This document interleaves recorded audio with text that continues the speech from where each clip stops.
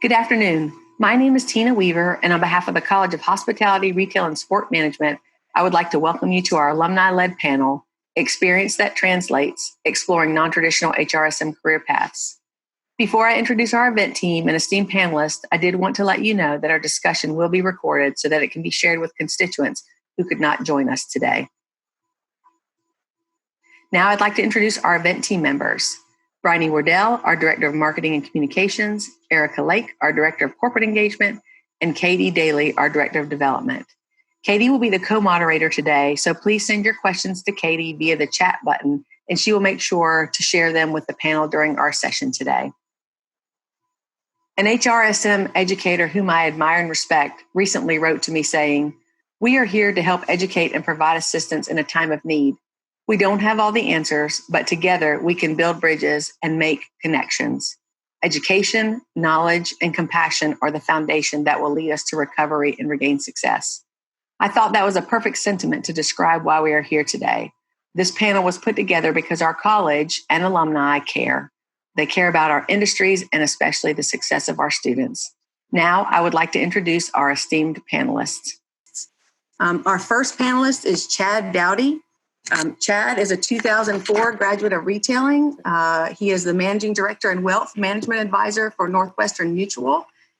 Chad is also, his claim to fame is that he was the top college intern for the South, featured in Columbia Time magazine when he was an intern back in 2003. Our next panelist is Olivia Hyatt. Olivia is a 2011 sport alumna, and she is the client services manager for Buenos Aires Media Services. Olivia is also the director, or chair of our Alumni Society board. Our third panelist is Rebecca Lino. She is the senior technology manager, meeting and incentives for Cadence. And Becca is a former Alumni Society Fund award recipient, and she used her funding to support travel to a conference.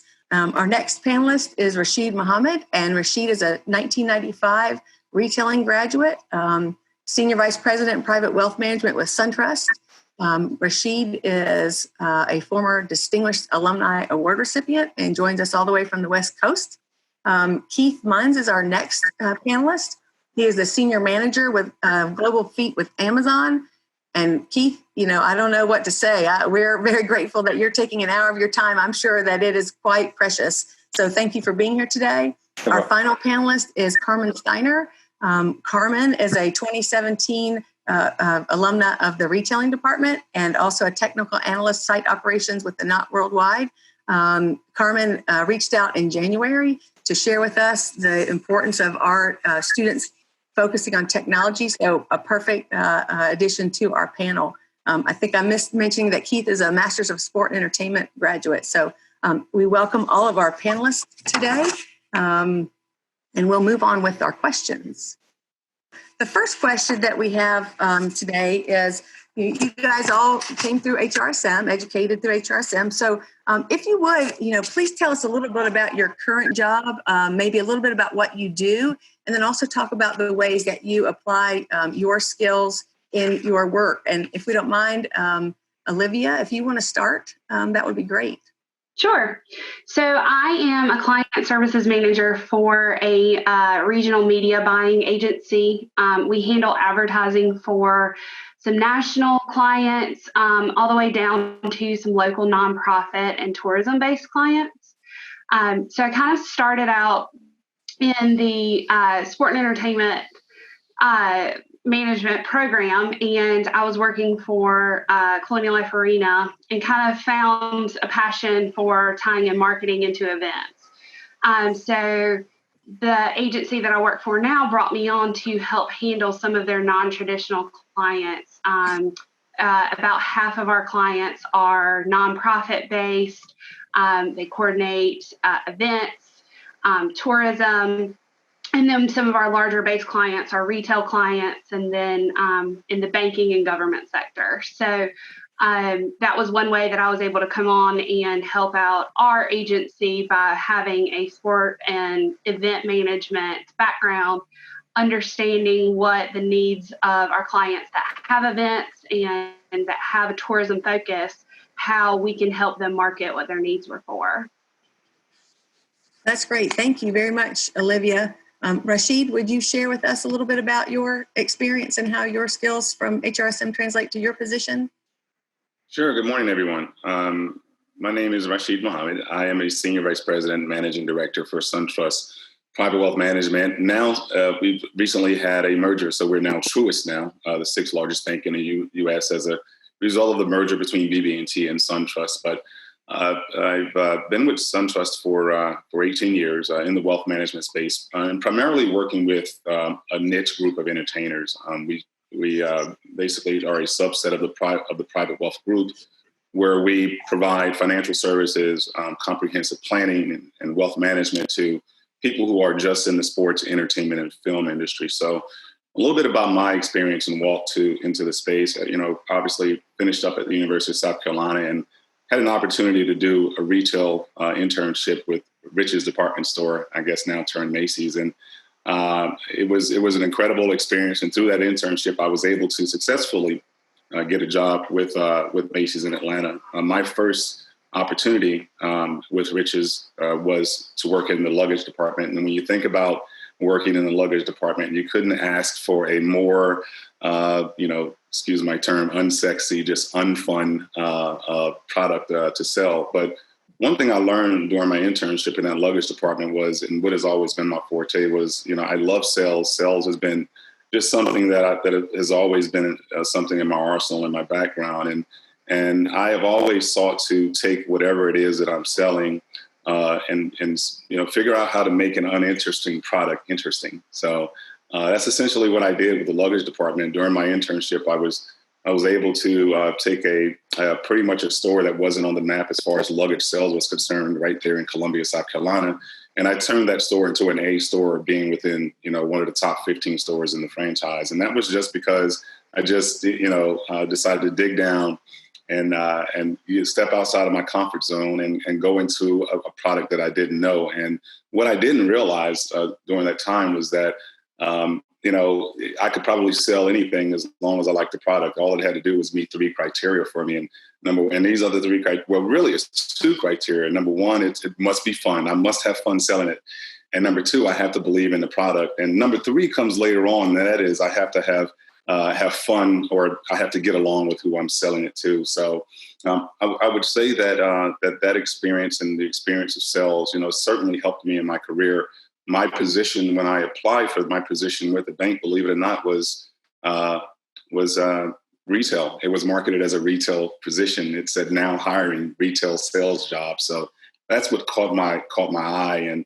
And banking and finance was never on my radar when I was there. I thought I was going to go through the traditional retail track of being a manager in a store and then being an assistant buyer, then a buyer and a merchandise manager. And as you see, it hasn't gone that way. So I'm here in California now, working with a lot of right now it's mostly film actors and very famous people. Lots of fun, but yeah, that's a little bit about what I do.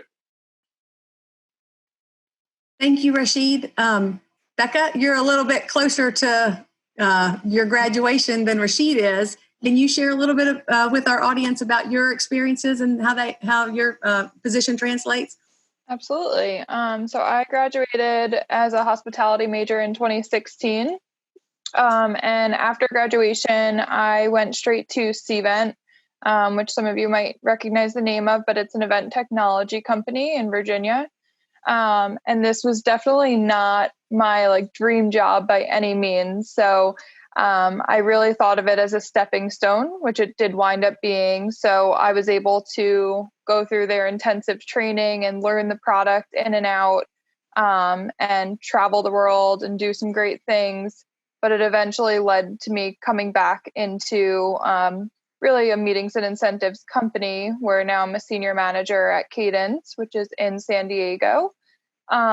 So it got me to where I wanted to be, but I took a non-traditional route going through technology, which I never thought of myself as a technologist, but it just takes dedication and training, and it, with the world we live in, has become a really, really great tool to be well-versed on the technology side. So that was my route. And I think in terms of what I applied from USC. I think all of the hands-on experience that you guys get at USC from your internships and the 301 course, I don't know if it's still called 301, but the hands-on professional course, all these things help you prepare to really take the route that you see fit and kind of help you brainstorm that. So, thank you, Becca.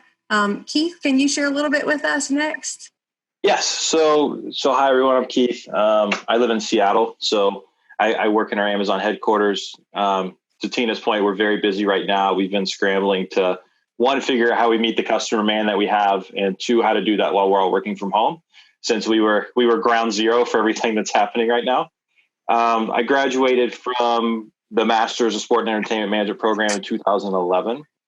In my current role, I'm a senior manager global fleet. So essentially what that means is, hopefully you guys have seen the blue vans that drive around your neighborhoods and deliver your Amazon packages and your only Amazon customers. I actually buy all those vehicles.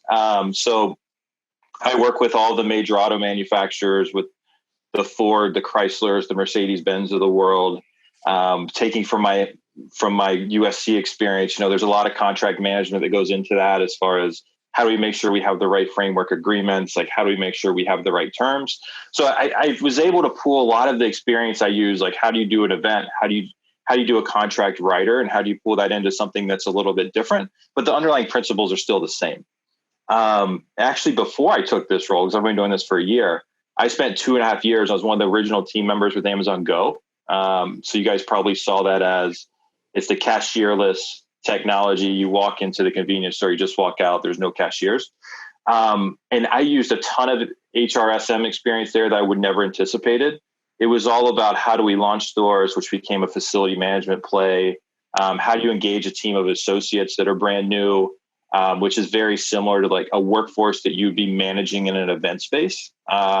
Working minimum wage, some are volunteers when we're doing launch events, and being able to keep those engaged and source those. So very non-traditional career paths, but definitely want to reiterate that there's a lot of key skills that you're learning today to translate to a variety of industries. Doing Amazon Global Fleet and seeing that, hopefully I'm a use case for that. Keith, that was excellent. Thank you very much for sharing. Chad, would you like to share your kind of your overview of your experience and your skills and how they translate next? Yeah, sure. Thanks, Tina.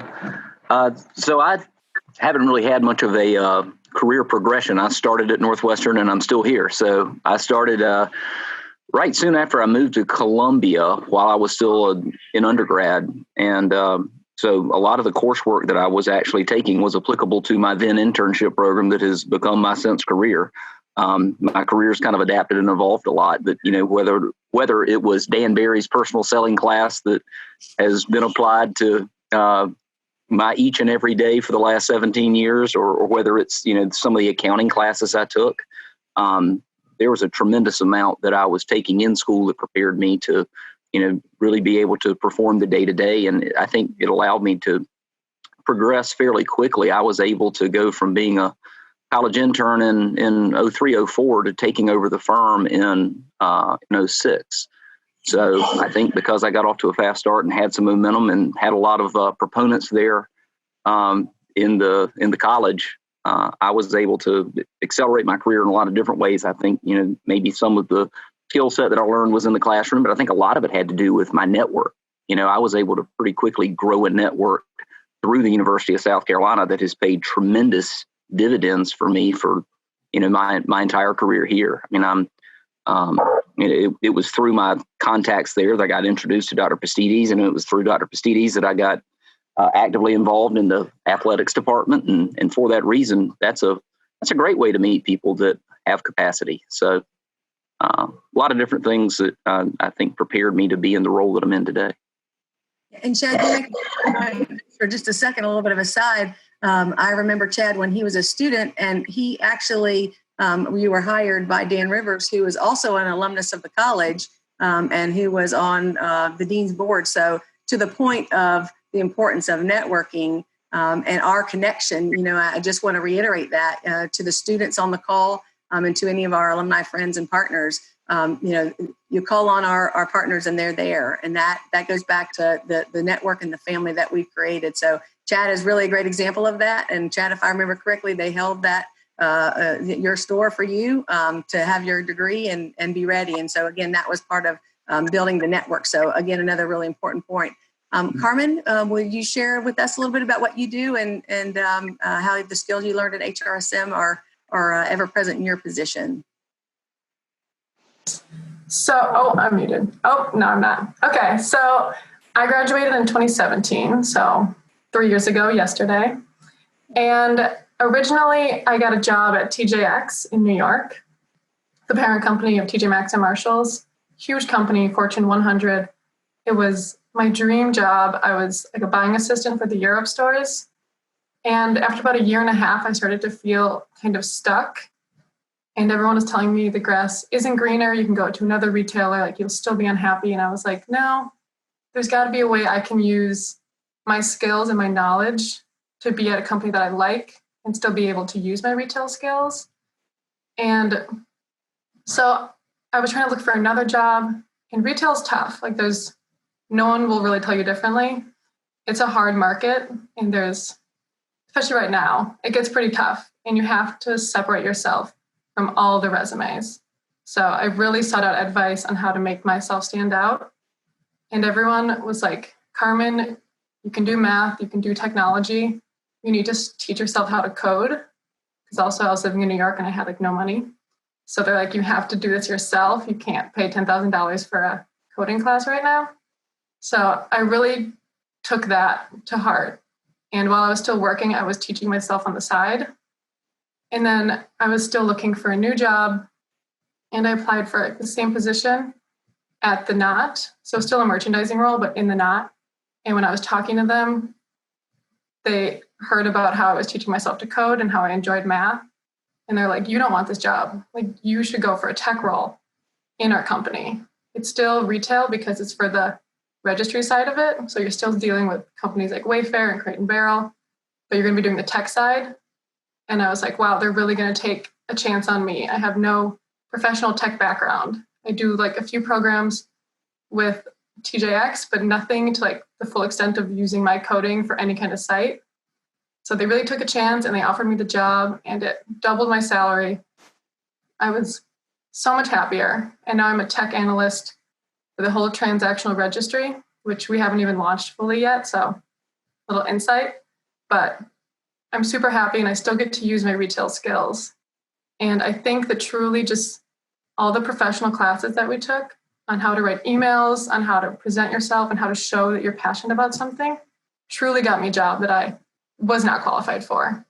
And with this role, I can now move forward into like working for Facebook or Google, things that I never thought I could do with a retail degree. But using those skills mixed with new skills, I was able to build a stepping stone for myself.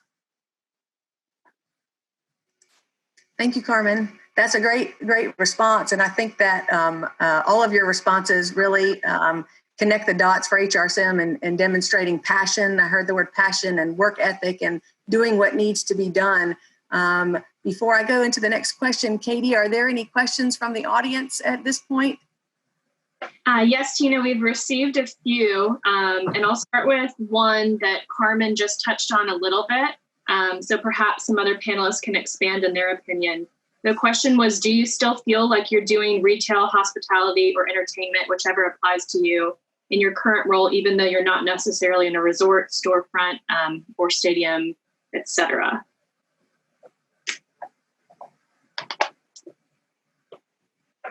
Somebody want to take that one first? Jump in.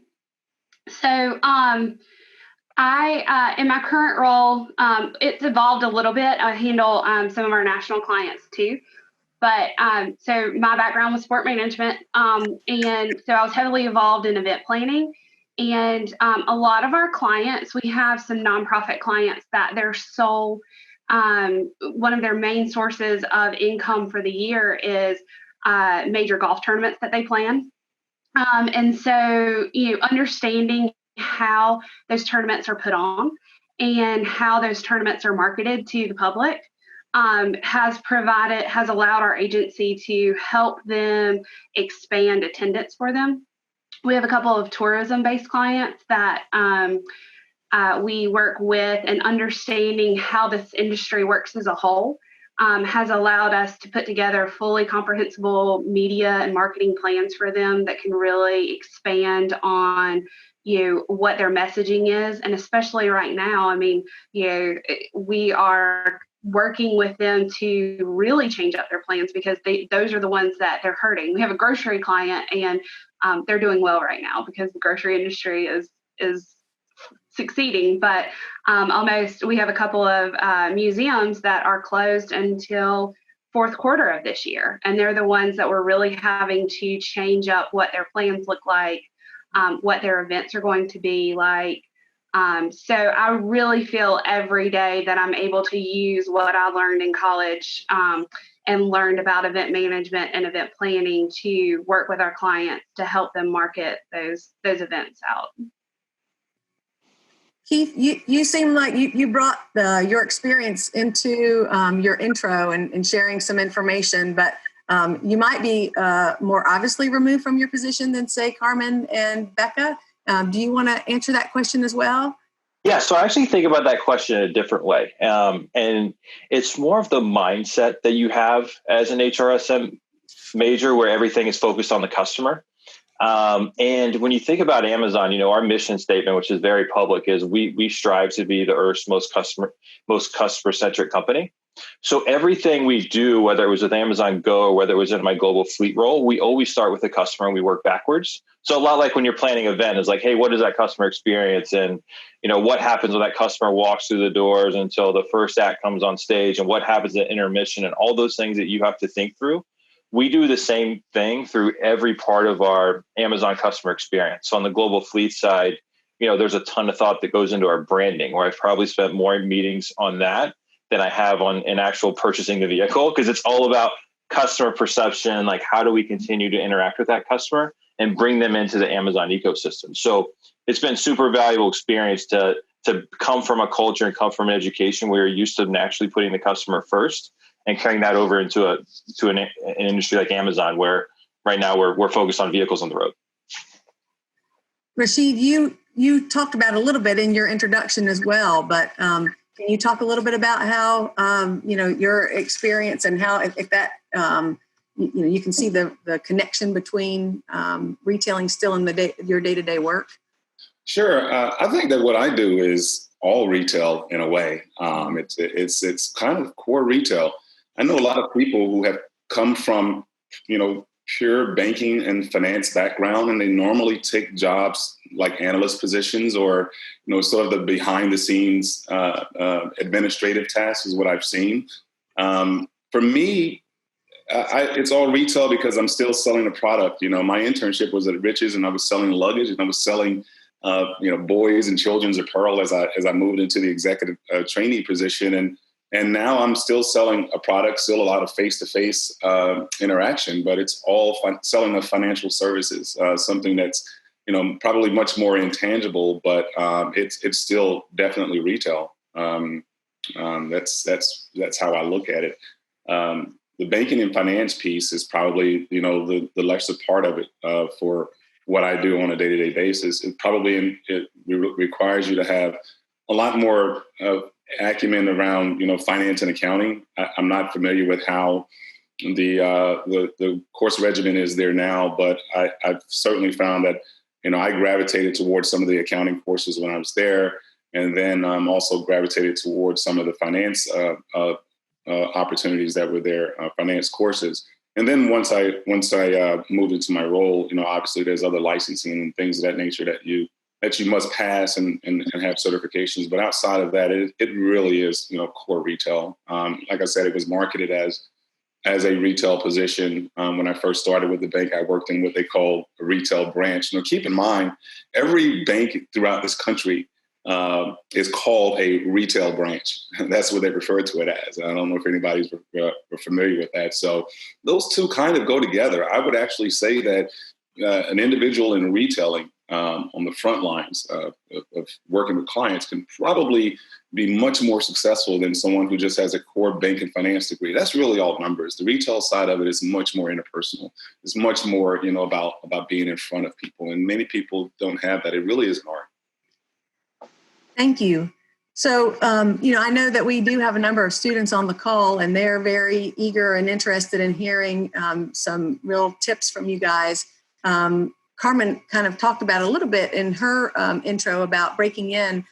Becca, would you be willing to share with us a little bit about perhaps some tips for breaking into the industry in terms on that side of technology, which probably, under the circumstances,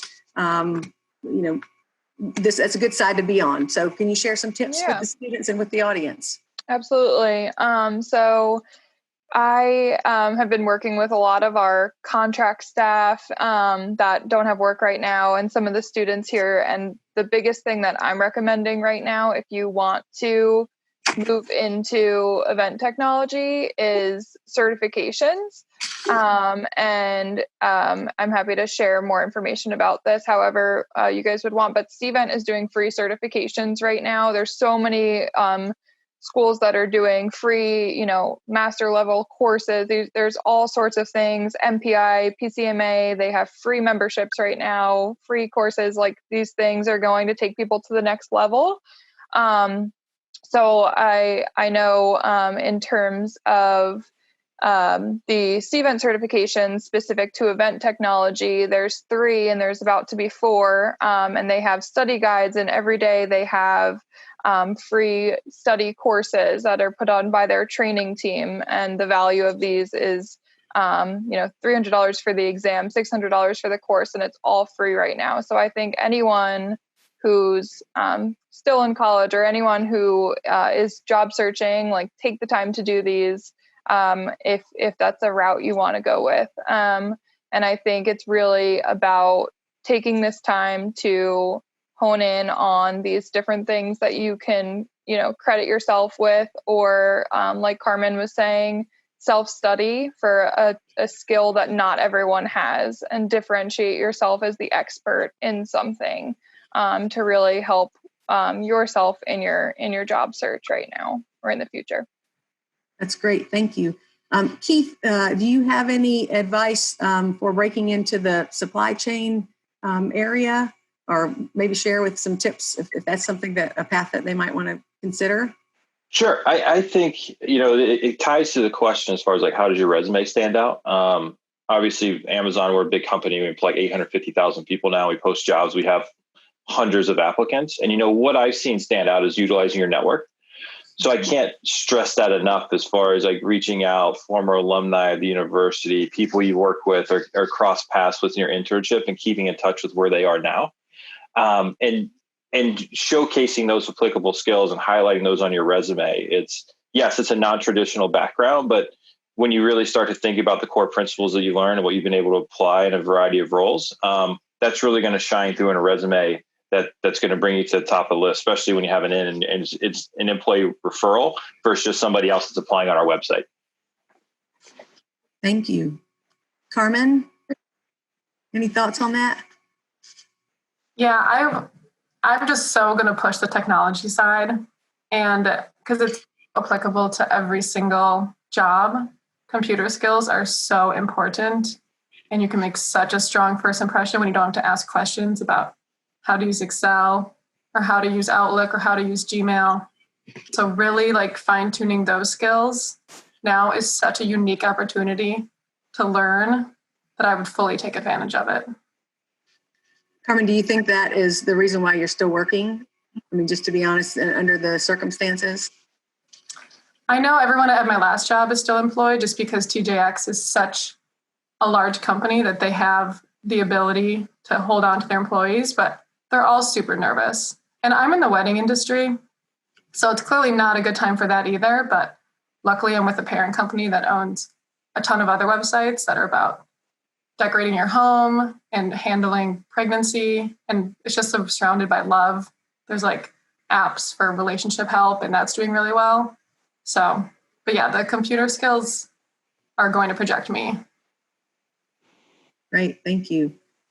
Rashid, do you have any tips for our panel and our audience about getting into the banking industry?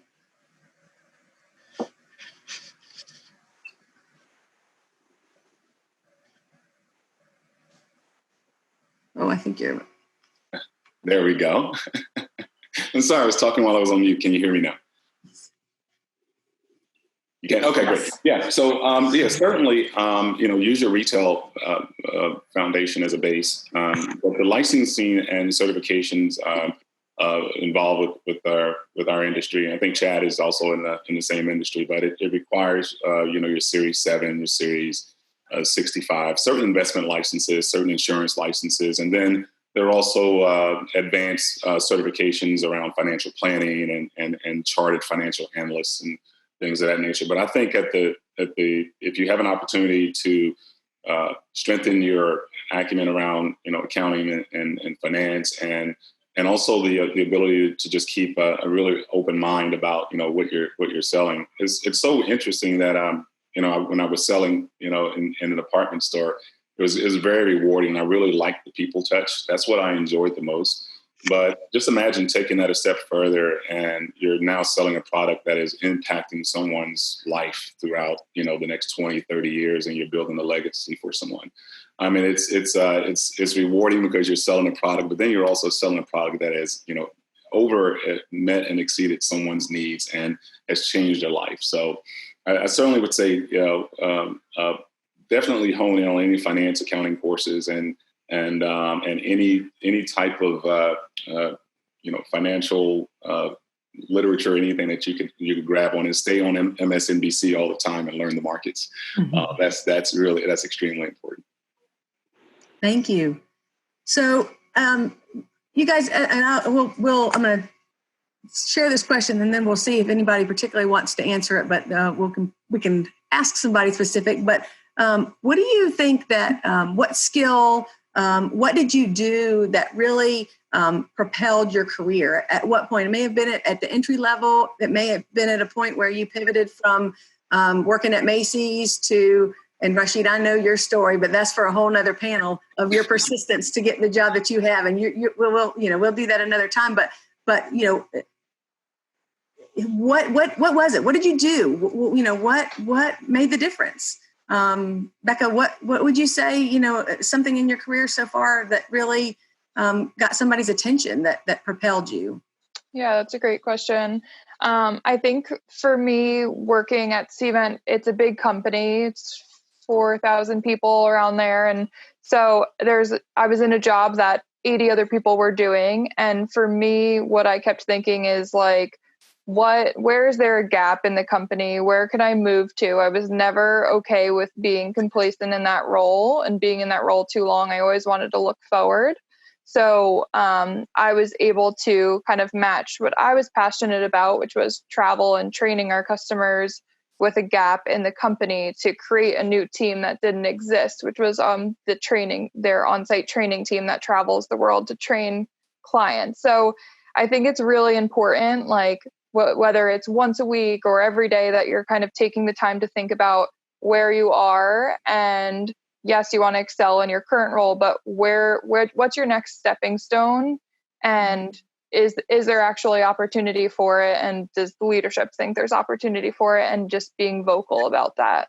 So I think that's what projected me. And the same thing with my next move to come to Cadence.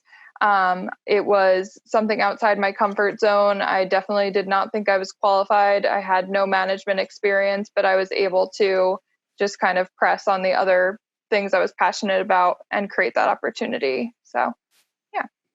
Great. Thank you. That's a great answer. Olivia, will you share with us a little bit about what you think really pushed you forward in your career and your transitions? Adaptability has been a big thing for me. When I was in the program, I really felt I wanted to go into venue management. That's where I did my internship. I really liked it. That was my box that I thought. And then I kind of realized that, maybe everything doesn't fit into a box. And then learning, where my skills were and how I could adapt them, and really learning that I liked the marketing side of things. And those could be applied. And there were so many classes, budget management, being a people person, understanding the foundation and being able to adapt that. none of my roles have really ever been the same in the positions that have gotten me here. And even now, advertising is also a suffering industry right now because, it's one of the first things that people cut whenever they start thinking about budget management. And so thinking of ways to help our agency adapt to, what that next step has been has kind of allowed me to set myself apart within our industry and within our clients. And I think in every role that I've had, kind of having that open mind, but, understanding what my background is and what my strengths are to help me adapt to those roles has kind of helped me move forward. Thank you very much. Keith, I know you started as a chemist, so you have definitely taken some twists and turns from that time to now. Sure. So I actually do have an undergrad in chemistry, and it's a story for another panel. But my first job out of college when I graduated 2008, so the economy was a lot like this one, was I was paid $12 an hour to drive around a truck with a CDL license to pick up hazardous waste across the country. So I think that the theme that I would reiterate is like being open to new opportunities. What really propelled my career is I was coming up through this hazardous waste environmental management field. And then when Amazon reached out, I was like, why would you ever want somebody with a skill set? It has nothing to do with e-commerce. And it was in our product compliance department. And what Amazon's really taught me is I got really good advice along the way from a couple of mentors I've had that, being open to being a generalist and not becoming so specialized in one area. I've heard that come through in Carmen's answers as well, as like being open to learning new skills and like, how can I go learn tech and be closer to that? So then, when we get in tough times like we are right now with things that are going on with COVID in 2008, when I graduated, when the economy collapsed, then you become a Swiss Army knife of skills and you can apply to multiple roles versus being very stubborn on like, this is the exact job that I'm looking for. And that's really what I found at Amazon is, we have a hiring bar where we just believe in hiring smart people and they'll kind of figure out the role later. So you're able to stay with the same company and do a variety of different roles and still carry your skills and learn something different, which is really not only propelled me in my career, but also kept me interested in all the roles that I am because I'm not doing the same thing every day. Great. Rashid, you want to share with us perhaps what maybe something that you did that really changed the trajectory of your career and kind of moved you forward? Sure. I've been very lucky in my career. It's almost like when you're working for companies for a long time, you try to find ways to reinvent yourself once every few years or so. So I've been able, fortunately, to do that with the company that I'm with, whether it's changing of my client base or stepping up the criteria or just changing the landscape. One of the things that I went to my company with about 5 years ago, which caused me to move to LA, they actually relocated me here to Los Angeles, was because I just sort of went to them with a business plan. We were, 30 plus years working in the sports and entertainment group within SunTrust, or the group had existed within SunTrust. And I realized that there was another frontier. And it's so funny to hear the other panelists talk about, 2008. 2008 was sort of when I had the impetus to do this. And that was the market was declining. I was working with a lot of music industry individuals, singers, songwriters, producers in Atlanta. And in 2008, the business was declining. And I had pretty much everybody that you could think of that was in the music industry in Atlanta at that time. And so I could totally see the market declining. And I went to my company and I said, I would like to go places where you don't have a footprint, because I love being able to create something from scratch. It presents a challenge for me. And it's also, once you're on the other end of success from agreeing to do something like that, the rewards are just immeasurable. So I told him that, I essentially remember telling my boss, you have a problem in California and I'm the only person that can fix it. And so with that, he said, well, what's your plan, Rashid? And I said, I would like to go out there and just chart new territory. And they said, okay, go for it. Get on a plane and make it happen. So 5 years later, I've been living here for 5 years, and it's been amazing because now my business has changed from the music side now to working, like I said, with with film and executives and things of that nature. So it's a little bit different, but it's certainly an example of, just stepping outside of your comfort zone and wanting to do something different. Thank you, Rashid. That was a great answer. So I'm taking a few notes over here. I know we'll use them again. I've heard taking initiative, being open-minded, being flexible, willing to do anything, make a plan, take initiatives and challenges. Chad, I know that you have a history of being a mentor and enjoying developing people in your business. Is there anything else that you would share with our audience? And we have graduating seniors and recent grads and some other constituents on the line. Anything else that you would share that really important? Yeah, I haven't heard this one yet. Maybe I didn't hear it and it was already mentioned. But what about goal setting? What about visualizing exactly where you want to be in 1, 3, and 5 years and creating the roadmap to get there? And in order to increase your relevance to your company, make it public. Make sure that many different people within the organization know what, audacious goals you have and are there to hold you accountable, but then also to cheer you on. A lot of people are not comfortable doing that, but those that are, you're either going to fail very publicly or you're going to succeed very publicly. And those that succeed very publicly, when it's time to decide who's really important to this company and who's really going places, that little resume builder goes a long, long way, in my opinion. That's an excellent point. Thank you. Katie, do we have any questions from the audience? And you guys remember, you can send questions at any time in the chat. We do have a couple. The next one is on internships. What kind of internships should students look for this summer to diversify their skills, either from their experience as a student or in their career? Well, I can certainly speak to my internship experience. I started at the company that I now run as a college intern. So did my predecessor, as a matter of fact, in the late 80s. I think Tina mentioned his name. His name's Dan Rivers. But I certainly have and am actively hiring right this second. Somewhere between 12 and 14 college interns in Columbia. Not that everybody wants to be in the financial services industry like me and Rashid, but I will say that the internship program that we provide is a top 10 internship program with any company in any industry. And it's 9 blocks away from campus. So anybody that's interested, whether it's in this business long-term or not, can differentiate themselves from a lot of other folks that are graduating by putting such a high quality such a high quality internship on their resume, because it is very well recognized. Anybody else want to respond to that question about internships?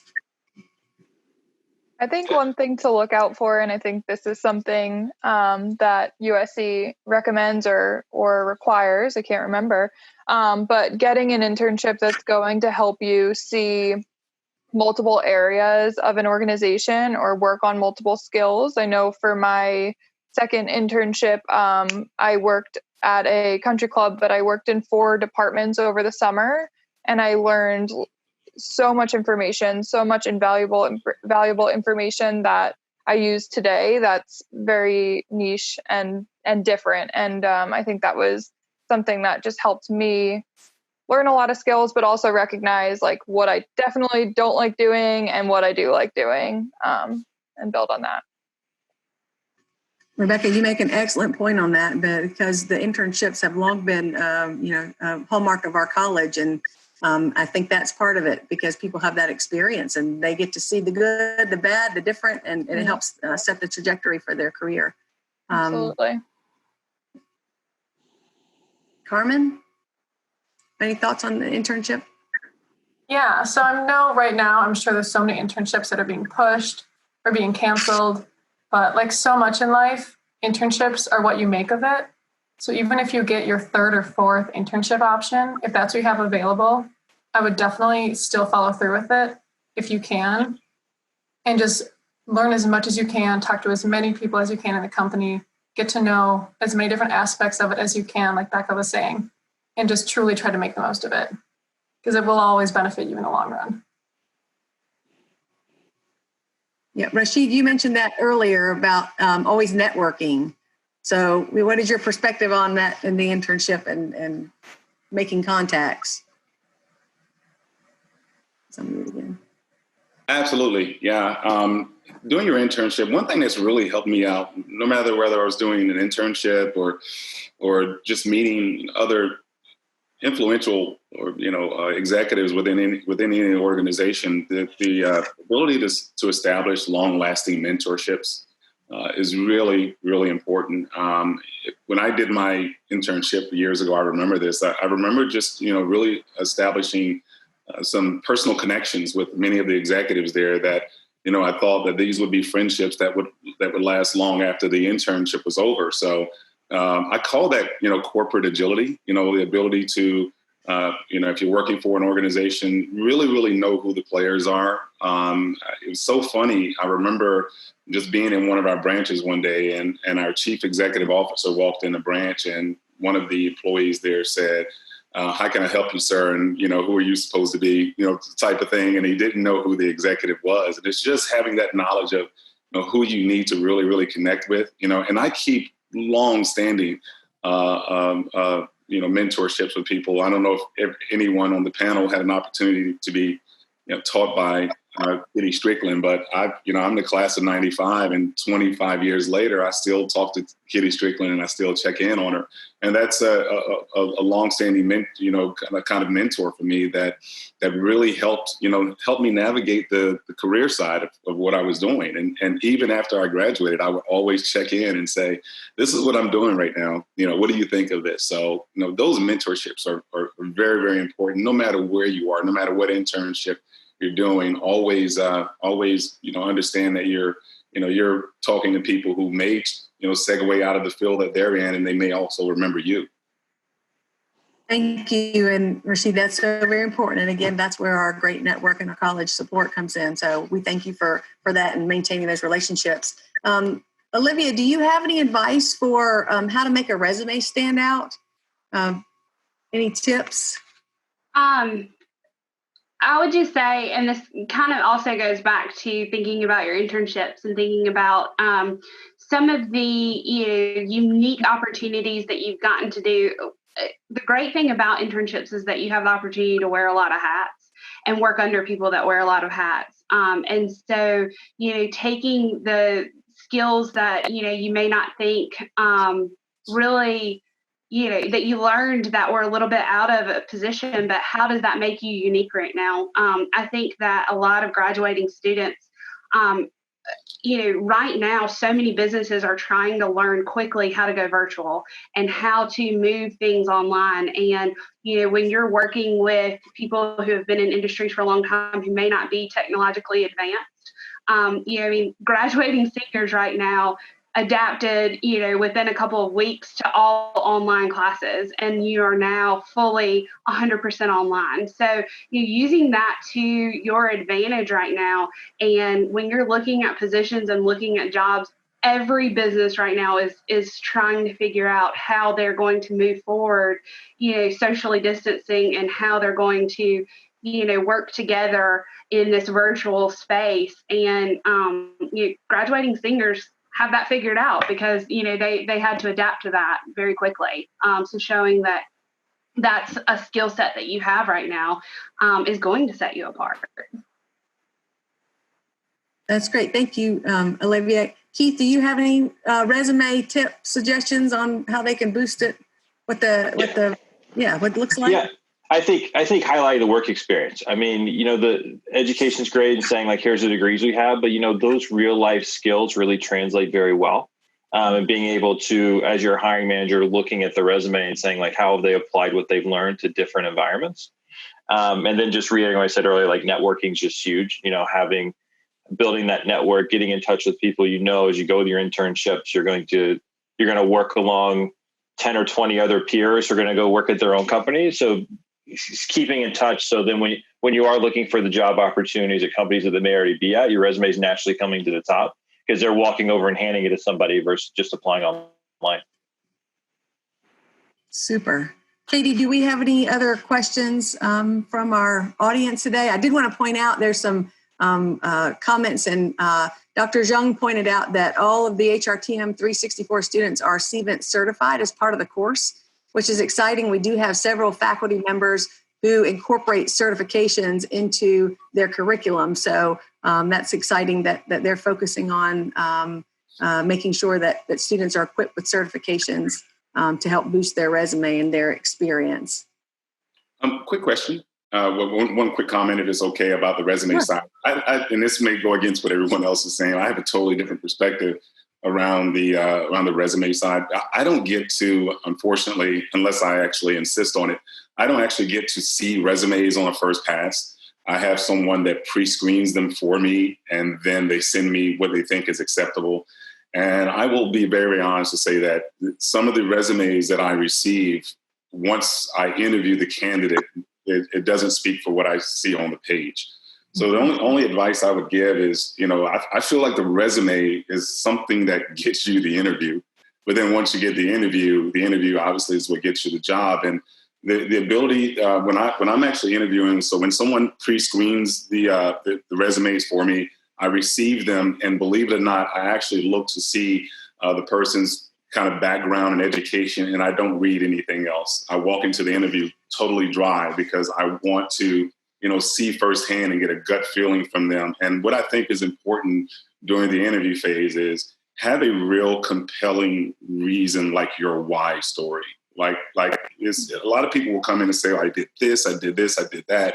But when you walk into a company, and if it's something that you're really passionate about, have a really good why story as to why you were doing it. My story, to any client that I'm meeting would be, my father was a white collar worker and worked all of his life and didn't, save properly. And because of that, this is what our family experienced. And because of that, this is why I'm doing this, to make sure that other families don't have to experience what my family experienced. And that why and that passion resonates with your interviewer, such that, the resumes I've seen are, I hate to say it, they're really awful, to the point that I would just pull everybody and say, let me meet everyone. And I'll get a gut feeling once I meet them if they're the right candidate.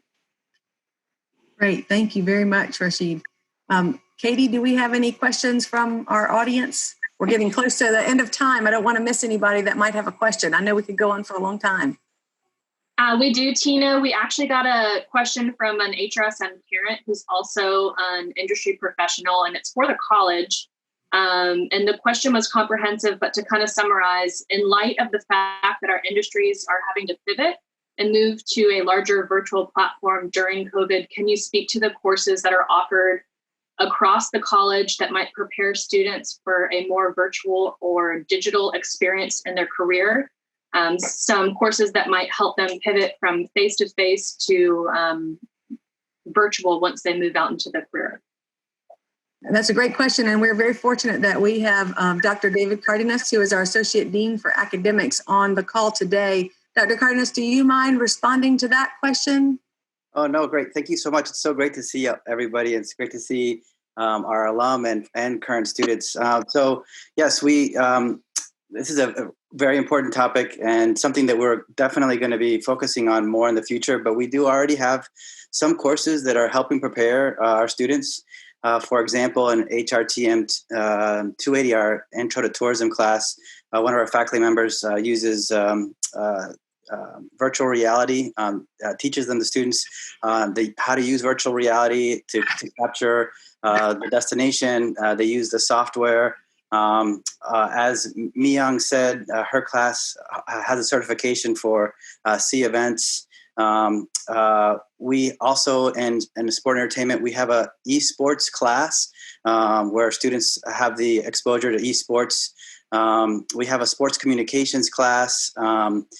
In retail, we have classes that focus on e-commerce, website development. So we do have a lot of courses already that are already being offered that address this issue. And we know that as things progress and we get into this new normal, that's going to be required even more.